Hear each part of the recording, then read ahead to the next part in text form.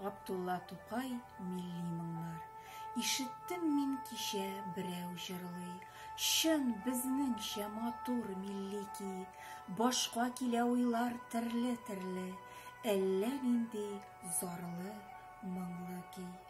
Изелеп кенә әйтеп бирә, татар күңелен иләр сизгәнен, мескен булып торган 300 елда, тәкъдир безне ничек изгәнен.